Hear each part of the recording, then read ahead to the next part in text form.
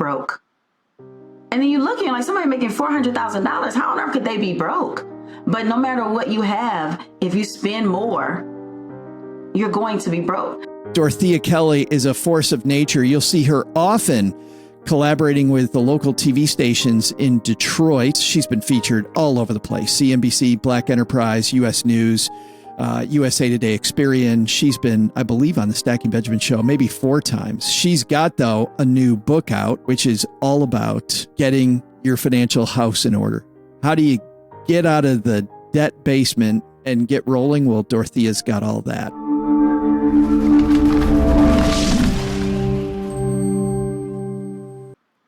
I'm super happy she's back with us. Dorethia Kelly's here. How are you? Hey, I am good. How are you? So good to see you.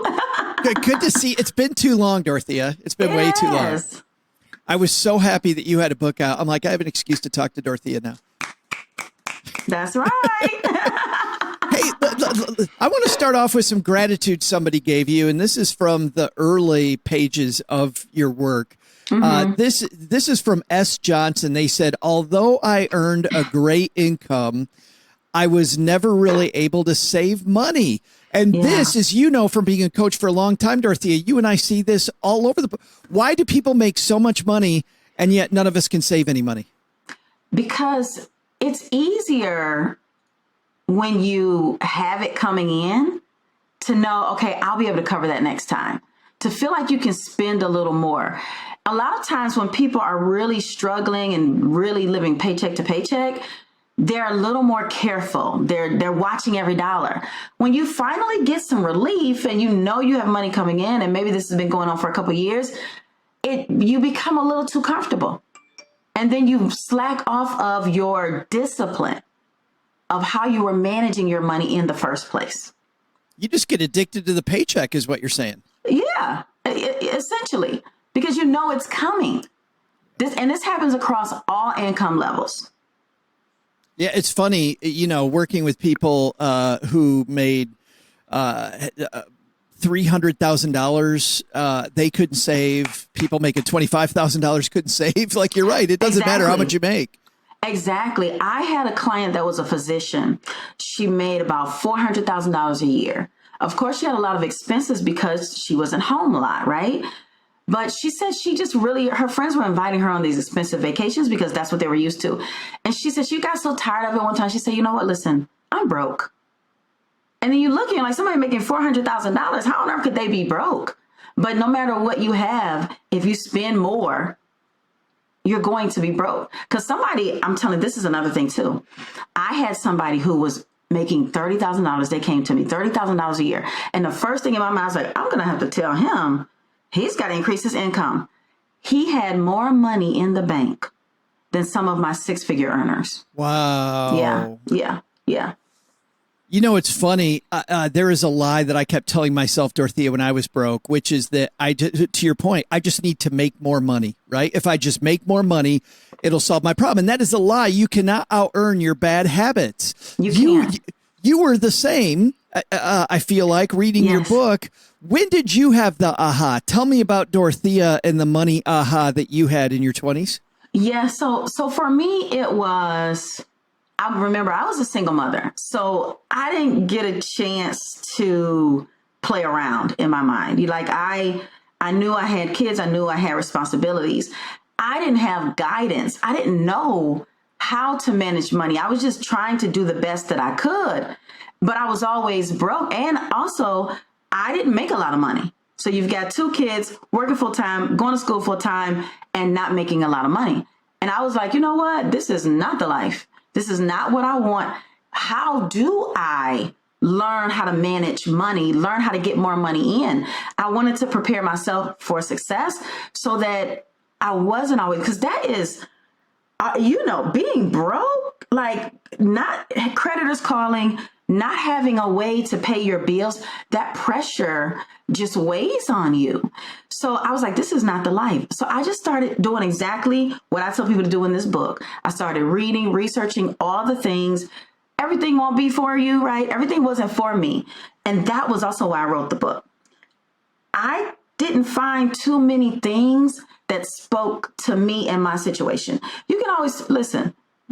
I hated hearing live beneath your means, spend less than you earn. I was like, the rubber had met the road and I was in the middle. There was no, what means? There is no means. So I was like, tell me how, teach me how, what do I do? And then I saw a lot of people in my circle, same situation. And we're just trying to figure it out, you know? So that's my story. I said, this is not the life. And once I figured it out, I said, other people need to know, right? I needed to affect my circle. You also talk about something that was very prevalent for me. And as you're even talking about this, you know, with creditors calling, with all of this pressure that you have, we also bring a lot of shame to this, Dorethia. Oh, yes. Like we have shame, we have guilt. We're like, oh, if I had done that earlier, if I'd learned earlier, if I hadn't been so stupid. Like, how do we get around that shame? I still get call. I just got a call like this a couple weeks ago. And they almost didn't want to call me. You know, people feel like they're going to get judgment. You're operating in your own little silo. But I just want to tell everybody this. Number one, there's nothing new under the sun. The players of the game just change. Your situation, somebody else has been through it, succeeded, and you can too.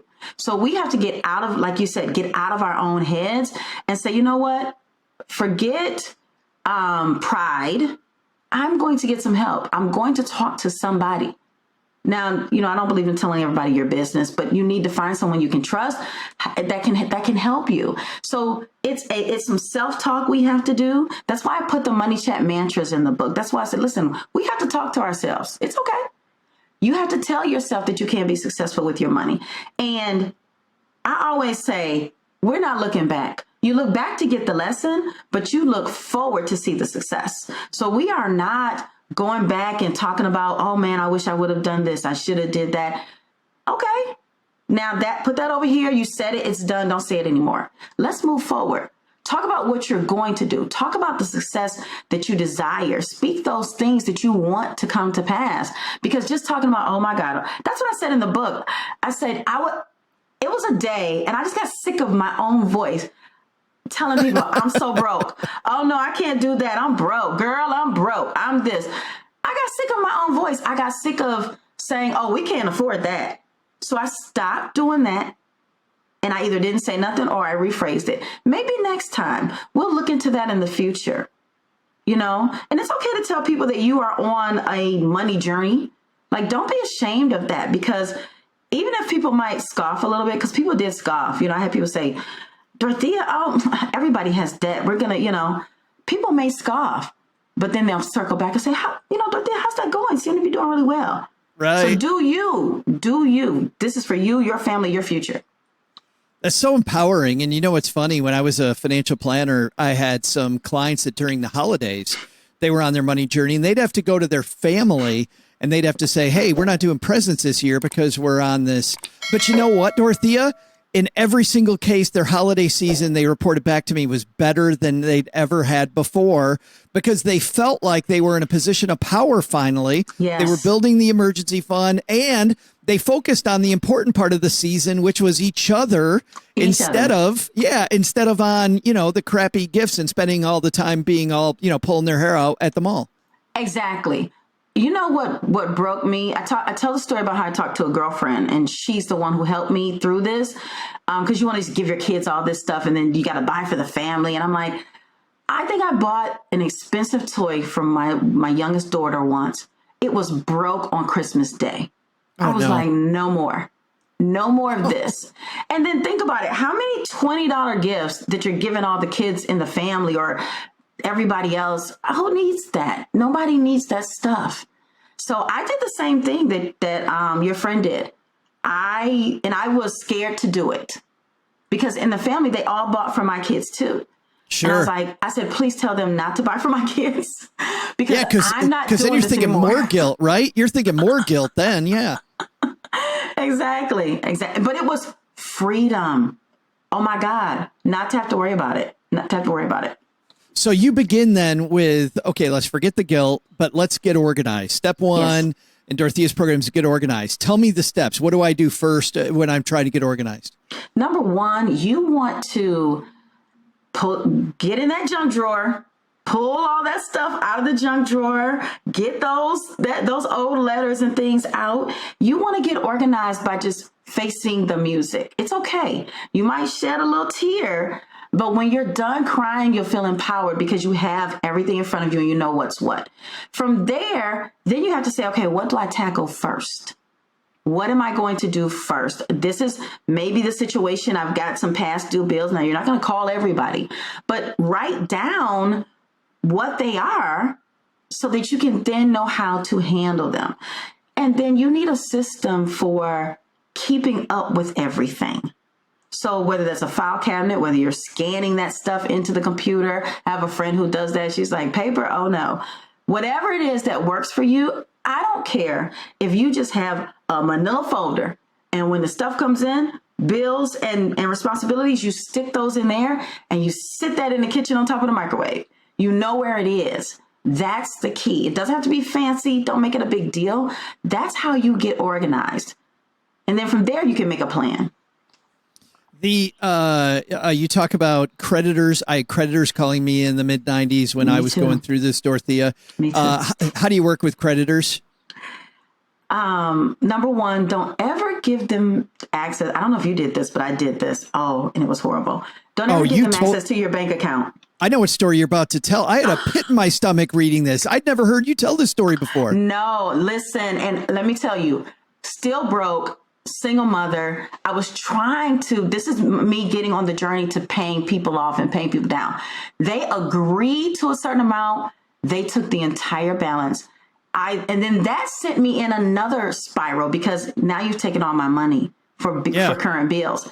And when I was trying to do the right thing, but they know I can't sue them. And literally, I promise you, the man said, when I called, I said, what did you do? I got to pay bills. He said, well, sue me. He knows I can't sue him, right? So when the creditors are calling, do not give them access to direct pull money out. You handle that. Get everything in writing. And nowadays it's more email than letters. But if they say, yes, we agree to this amount payoff, get that in an email or they might send a letter before you pay them. Because after you pay them, they could come back and say, well, I don't know. We don't have recollection of that conversation. Right. But you also don't let them. Number one, they are trained. They go to trainings on how to get money from creditors. My niece is a credit collection agent. Right. They go to training. They know how to do it. So when you're on the phone with them and you're arguing back and forth, that's what they want. Because that gets you flustered and that gets you to say, I'm sick of them. I'm just going to pay them. And then you'll go do all kind of crazy things, get a payday loan, do silly things that are not silly. I'm sorry, but do things you should not do. Yeah. That's going to make your long term worse because they've pressured you. Make an arrangement. Tell them what you can do. And when they get to, I had somebody tell me, can you borrow some money from your mother? I was like, you don't know my mama. No, I cannot. Well, that's what it was. I one creditor, one credit agency guy, tell me that he said, well, just take out a loan. I'm like, you have no idea. The reason I'm here talking to you is because I borrowed money from everybody. Exactly. I am completely tapped out. He's like, well, can't you? You must have some family member that will still give you more money. I'm like, oh, yeah. I got so tired. And by the way, another thing for our stackers, Dorothea, what you said about getting that in writing. So I did that. I got it in writing and they still came back for the money. And I had to on three separate, not one, not two, but three separate occasions, I had to fax because it was back, mostly pre-internet. I had to fax that letter back to different people 3 different times to prove to them that I didn't owe it anymore. What happened was I paid this credit agency. They still said that I owed it, and they sold it to another credit agency for because they sell these loans back and forth. So they sold my loan to somebody else, and so I get this call from this other jerk. The person was a complete jerk, and this guy's like, "Well, I don't have any record that you paid." I'm like, "I totally paid it off." And by the way, at first I didn't know where I put the letter. So I had to go search for the letter forever because I didn't realize how important it was. So when you say get it in writing, put it someplace where you're never going to forget it, because they are wicked. That's right. That's right. Absolutely. You like the debt snowball method above all methods to pay off debt. Tell people that are new here, our brand new Stacker family, Dorethia, tell them what the debt snowball method is.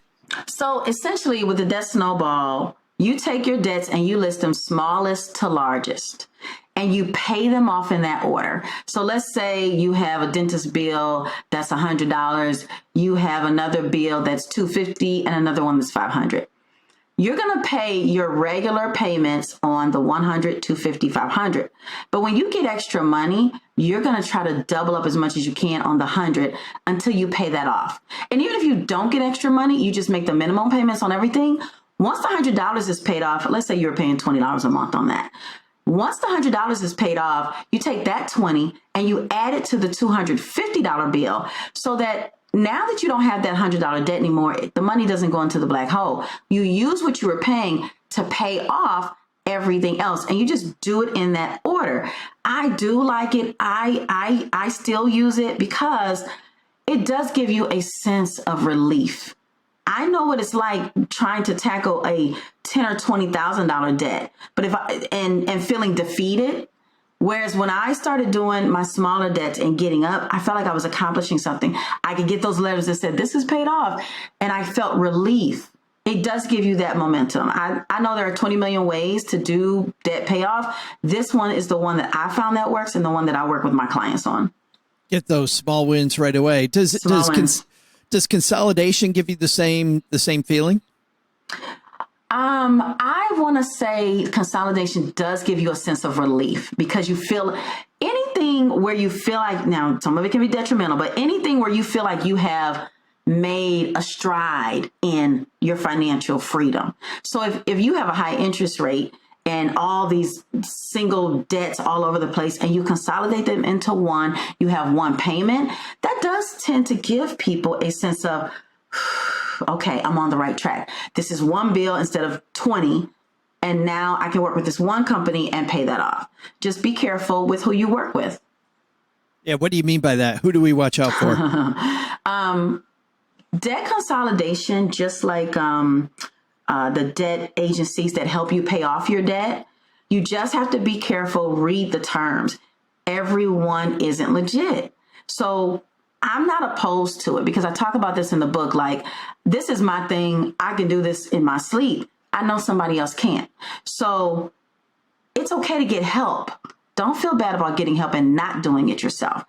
But get a company that is reputable. Look at the reviews online. You want companies that have been around for 10 or 20 years. You don't want someone who just started 3 years ago, because you don't know which way the wind is going to blow. And you don't know, there's not enough reviews for you. Find companies that have been around for 10 or 20 years, have really good reviews, and have a track record. I know some people, Dorethia, that thought they were getting, consolidation. They were getting debt counseling. What they didn't realize was that it was really, they were getting bankruptcy. And bankruptcy could be an option. However, you really needed it because that's horrible. That's horrible. Isn't that rotten? That's horrible. You gotta tell me, don't trick me. Tell me what the cards are and let me determine if I want to play. Now I'm gonna give you one better. You ready for this? I know someone who spent a couple of years paying into a debt counseling agency, and they took over their bills and was supposed to be paying their bills. They thought they were about to be paid off with everything. Got a letter to come to court because the agency wasn't paying anything. Oh, no. Nothing. So they paid twice. Isn't that horrible? Well, it's a double whammy. I mean, it's the money, but you also that time. You can't get the older I get, the more time is my enemy. Yeah.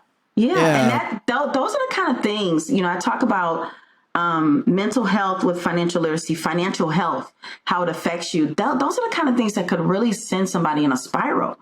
Like, that's like devastating. There's a lot of scammers out here. So just do your research. People are wondering, I'm sure, about, okay, how do I cut? What do I sacrifice? You have a story. You have stories throughout the book about people, which is, by the way, this is great because it's proof that you can do this, right? These are regular people who have done it before you have, so you can do it. But you've got a story here about Robin. I want to talk about Robin's sacrifices. She met with you. She set up a budget. She cut her cable. That was $125 a month. Yes. She changed the number of times she got her hair done. You told her she needed to cut that completely. She's like, nope, not going to do that. But she did. She did cut it in half. So instead of $75 every week, it was $75 twice a month. That's another $150. Exactly. But what's cool, and I want to pause there for a second, Dorothea, because some of this you can see is compromise. Yes, I want to get out of debt, but I don't want to stop living today. And for her, getting her hair done, I think, was probably part of living today. Yes, it was. And it's a woman thing, the hair, the nails, we need to be able to take care of ourselves. So me too. That's right, Joe. Get it together. So I want to talk about this. Some things, like for me, I was always very practical. And I learned that some things you do because you need it, not because it's the most practical when you can afford it. Robin was an absolute joy. Oh my God, I've got to have her back on. But she just looked at me. She said, Dorothea, I don't know about any of this that you're talking about here. My hair, my clothes, my this. And we just had to talk through, what do you want? And her sessions were always so fun. And then she said, okay, I'm going to do it. And she stuck to it. She was able to pay down her debt, buy a house, do any number of things. And then remember that it's just a season too. Once you get to where you're on a good foot and you've learned the lessons, she can go back to getting her hair done every week, right? Yeah, right. So, right. I always ask people, what is non-negotiable? What is like, nope, I'm not doing, and what is on the table? So if you're honest with yourself about that, you'll be okay. Now, I will say, though, I got to be honest about this. There are some people who need to cut everything.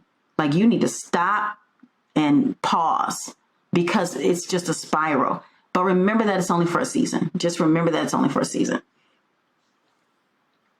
Robin alone, just with those two moves, cut $275 a month. She used that to build an emergency fund. Yes. That emergency fund, by the way, more than anything, I felt, Dorothea, gave her confidence. Like when you were talking about the debt snowball method, that builds confidence. Robin, with $275 a month extra going to debt, that builds confidence. A lot of this game, I feel like, especially in the early days, is about just building your confidence in your muscle. Absolutely. And she did. And she still tells me to this day, because she didn't know, one, how to do it. She didn't know, too, that she could do it.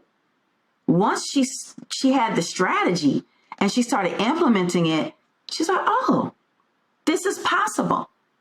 I'm not surprised, but a lot of people we're not surprised because we're in this world, but a lot of people will be surprised that many people don't know they're winging it like I was. So once you learn and you build that muscle, that financial muscle, now Robin has used the same things that she learned in the book and we're working with me to do a number of things in her finances because it's a formula. You just rinse and repeat. And that's where that confidence comes into play because you can do it. Well, and that was what was interesting, too, because she trusted you. I felt like she started walking down the path. And you wrote that once she got so far down that path and she got some confidence, that's when she started then reading other financial books and started listening to shows and getting like all of a sudden she becomes a money geek, Dorothea, because it feels like she could do it. Yes. That was pretty cool. I got to ask you about something else, too. Okay. There's a number of times throughout the book, too, where you tell people to stop leasing a car. Like that one seems to come up over and over and over, I felt like. The power of just a used car versus a car lease can be huge.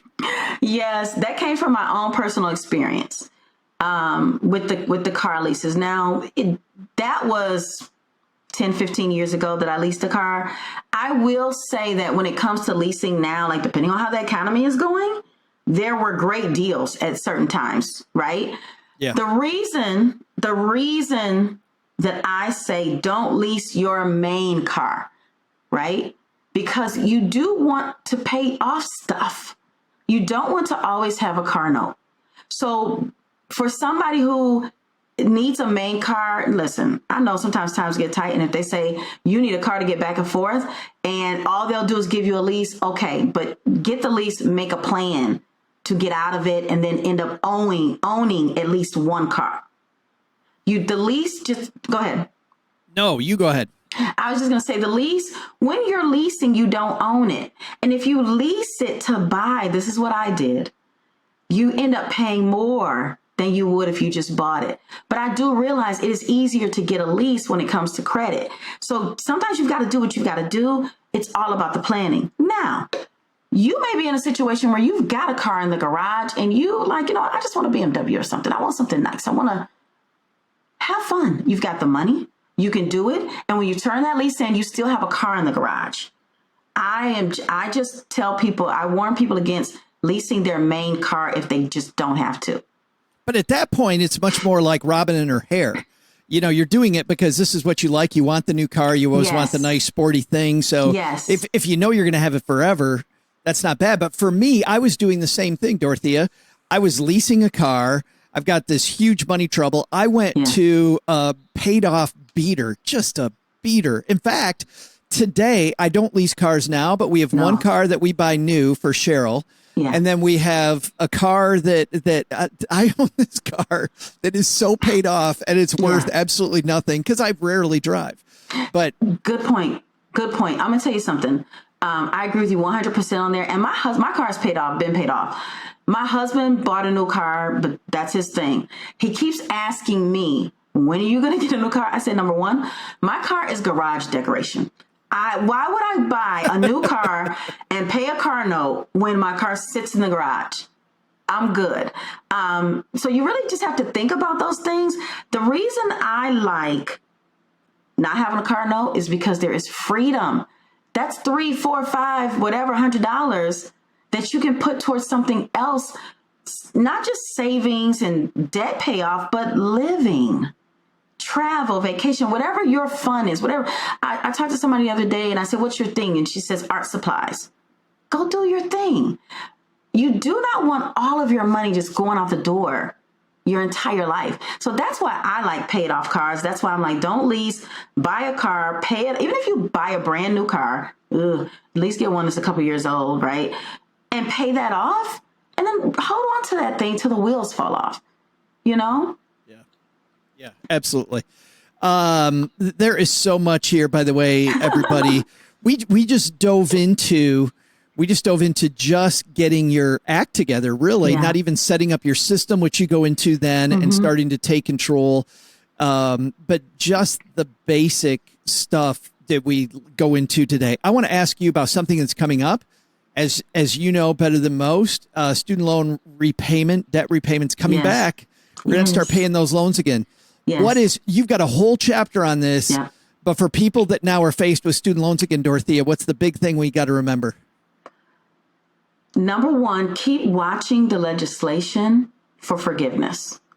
I know some folks have already gotten their forgiveness already. I know there's a constant battle, but just a lot of times we don't know what's going on, and so we don't know what we might have access to. So please keep watching. And in the book, I tell you what to do. Keep watching that, first of all. Secondly, I know there's been a lot going on with student loans and they keep deferring them for you and all that, but now it's time to pay. So you've got to, if you're looking at it and it's probably gotten good to us, we haven't had to pay, but now it's time. So get back on a schedule that works for you. If the old payment schedule that you were on does not work, call your lender and try to negotiate something else. But please don't think that, they're going to defer it again or we're going to get some other kind of benefit. It's time. The time has come. So just get on another schedule. Listen, there's no secret to this stuff. The only way to get out of debt is to pay extra on your stuff, right? So with your student loans, look at your budget. How much extra can you pay? If you are in a good position, those repayment plans that are like the lowest amounts, they're not for you, right? Don't do that to yourself and to your finances. Be honest about what you can pay because you're just stretching out the interest and you're going to end up paying more. So just be honest about what you really can pay so you can get it paid off. And you're making my life miserable for longer, right? Just hangs around, around. Let's get it done. The book is called Money Chat, How to Get Out of Debt, Manage Your Money, and Create Financial Freedom. And there it is for people on YouTube. Yes. There it is. Dorethia, the book comes out in a week, but the reason we wanted to have you on today is obviously people listening to us, they like audiobooks. Yes. They like podcasts. You have a deal for people that pre-order? Absolutely. So if everybody goes to moneychatbook.com, I have all kind of bonuses, free bonuses for everyone, because it's important to put things into action.